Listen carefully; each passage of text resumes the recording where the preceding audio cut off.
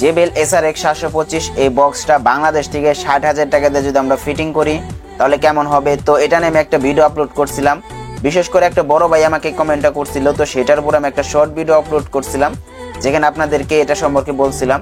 তো ওখানে শর্টভাবে বলছিলাম আর আপনারা ওইখানে আমাকে বলছেন যে একটা বড় একটা ভিডিও করে দিতে, তো সেই জন্য মূলত আজকের এই ভিডিওটা করা।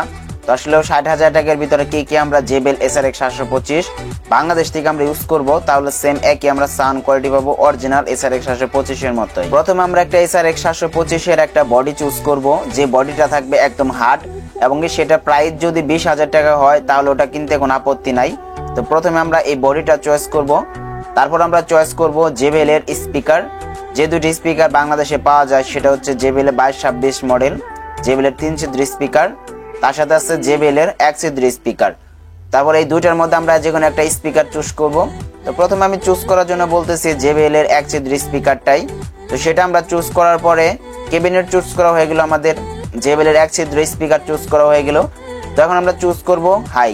তো এখানে আমাদেরকে 3 হাই দেওয়া যাবে না, এখানে আমাদের 4 হাই দিতে হবে, ঠিক আছে। আর 4 হাই দেওয়ার পরে আমরা এখানে যে জিনিসটা ইউজ করব সেটা হচ্ছে ক্রসওভার স্পিকার প্লাস ক্রসওভার যে আছে এটার মধ্যে জানি আমাদেরকে জানি সাউন্ড যে দিবে, মানে আমাদের যে সাউন্ডটা যে পৌঁছাবে, তো সেটার জন্য ভালো মানের একটা ক্রসওভার ইউজ করতে হবে।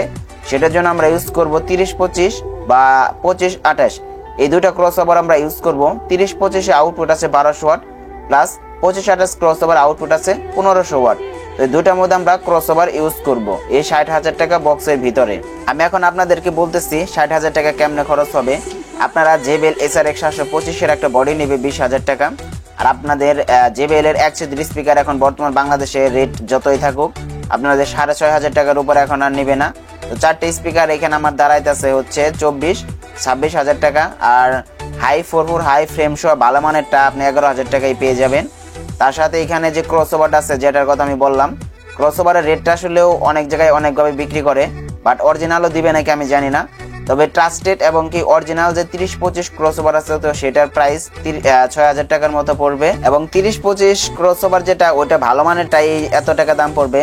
আর তার সাথে যদি আমরা 25-28 ক্রসওভার কিনি সেটার প্রাইসও এর থেকে একটু বেশি হবে না, 500 বা এর থেকে বেশি হবে না, 500 টাকা সর্বোচ্চ বেশি বা 500 টাকা কম হতে পারে। এই স্পিকার প্লাস হাই এই দুইটা চয়েসের ক্ষেত্রে আমাদের যে ক্রসওভারটা চয়েস করলাম, তো এটা দিয়ে এগুলো যদি আমরা বক্স তৈরি করি আর SRX 725 JBL এর বডি যদি মানে আমরা ইউজ করি বা ভরি বা ফিটিং করি তাহলে আমরা দুর্দান্ত লেভেলের সাউন্ড পাবো। আমরা একটা কোম্পানি মাল কিনে তারপর ওইটার সাথে ডেল্টা পি 9000 এমপ্লিফায়ার কিনি, বাট আমরা অনেকেই কি করি যে হাতে ফিটিং মাল এটার সাথে আর কি ডেল্টা এমপ্লিফায়ার নিব, আমরা এটা বড় একটা ভুল করি। আপনারা ওই হাতে ফিটিং করা মালটা আপনারা ডেল্টা পি বা বড় এমপ্লিফায়ার দিয়ে বাজায় দেখেন, কোন অংশ সাউন্ড কোয়ালিটি কোন অংশ ওই রকম কম পাবেন না, ঠিক আছে। আর আমি যেগুলো বললাম এগুলাতে ফিটিং করেন অবশ্যই সাউন্ড কোয়ালিটি ভালো পাবেন। কখনোই JBL এর পিসে 25টি PA25 এগুলা ক্রসওভার এখন আর আপনারা 4 বক্স ইউজ করেন না, তাহলে যত ভালো এমপ্লিফায়ার দিয়ে লোড দেন, কারণ ওইগুলোর যে crossover output only 700 watt 600 watt এরকম 800 ওয়াট করে, ঠিক আছে। ওগুলোর আউটপুট ভালো না, ওরকম পারফরমেন্স আপনারা পাবেন না।